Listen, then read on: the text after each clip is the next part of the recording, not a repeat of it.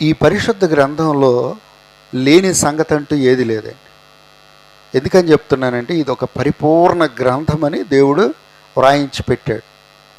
నిజంగా ఈ గ్రంథంలో లేని విషయం అంటూ ఏది లేదు. ఈ ప్రపంచంలో ఉన్న ప్రతి సంగతి ఇప్పటిదాకా జరిగినవి ఉన్నాయి, ఇక జరగబోయేవి కూడా ఉన్నాయి. ఎందుకనంటే నేను ఒక చిన్న ఉదాహరణ చెప్తాను. ఉదయం నేను వాక్యం చదువుకుంటా ఉంటే యేసుక్రీస్తు ప్రభువారు 40 రోజులు ఉపవాసం ఉన్నారు. ఉన్న తర్వాత అయిపోయింది ఉపవాస ప్రార్థన. వెంటనే ఏం జరిగింది చెప్పండి? సాతాను వచ్చి ఇక శోధించటం ప్రారంభించాడు. మొదట ఏం అడిగాడు? ఈ రాళ్ళని రొట్టెలు చేసుకొని తినమంటే ప్రభు వాక్యంలో నుండి జవాబు చెప్పారు. ఆ తరువాత ఏం చేశారు? దేవాలయం మీదకు తీసుకెళ్ళి దూకమంటే దానికి సమాధానం చెప్పారు, నీ ప్రభువును శోధించొద్దు. ఆ తర్వాత ఏం చేశాడు? ఎత్తైనటువంటి ఒక పర్వతం మీదకి తీసుకెళ్ళి, బైబిల్లో ఉంది, ఒక్క నిమిషంలోనేనంట భూప్రపంచంలో ఉన్న రాజ్యముల బట్టిని వాటి మహిమ మొత్తాన్ని చూపించేసి, నువ్వు నాకు కనుక మొక్కితే ఇవన్నీ నేను నీకు ఇచ్చేస్తాను, ఇవి నాకు అప్పగింపబడి అని చెప్తేప్పుడు యేసయ్య అంటారు, ఏమంటారు? నీ దేవుడైన నీ ప్రభువునికి మాత్రమే మొక్కాలి. అక్కడ నేను చదువుతున్నప్పుడు ఇది ఎన్ని సంవత్సరాల కింద రాయబడిన మాట చెప్పండి?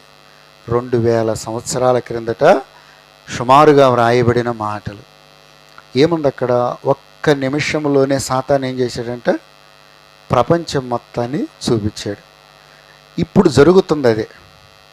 మీకు ఎలా చెప్పమంటారు చెప్పరా?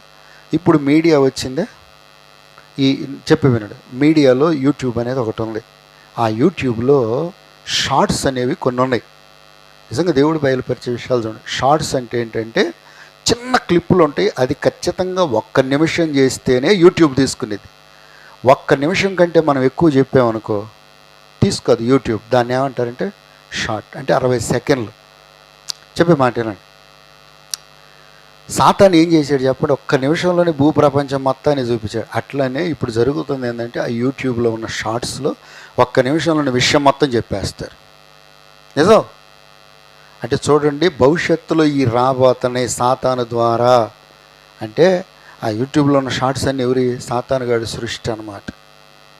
నిజం. నేను పొద్దున్న చదువుతుంటే ఆశ్చర్యం వేసింది నాకు ఆ సంగతి. 1 నిమిషంలోనే బైబిల్లో స్పష్టంగా రాయబడింది. 1 నిమిషంలోనే భూరాజ్యములన్నిటినీ యేసయ్యగా చూపించాడు. అర్థమవుతుందా?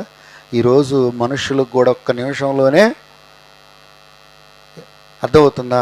అంత చూపించేస్తున్నాడు. ఎక్కువ టైం కాదు ఈరోజు మనిషికి. 1 నిమిషంలోనే అన్నీ చూపించేస్తున్నాడు. అంటే భవిష్యత్తులో ఎలాంటి రాబోతాయి అనేది దేవాది దేవుడు తన వాక్యంలో ఎంత స్పష్టంగా రాసి, నాకు అదే అనిపించింది ఉదయం. అసలు బైబిల్లో లేని సంగతి ఏమన్నా ఉందా? ఏదీ లేదండి. బైబిల్లో సమస్తం కూడా వ్రాయబడి ఉన్నాయి. హల్లెలూయా.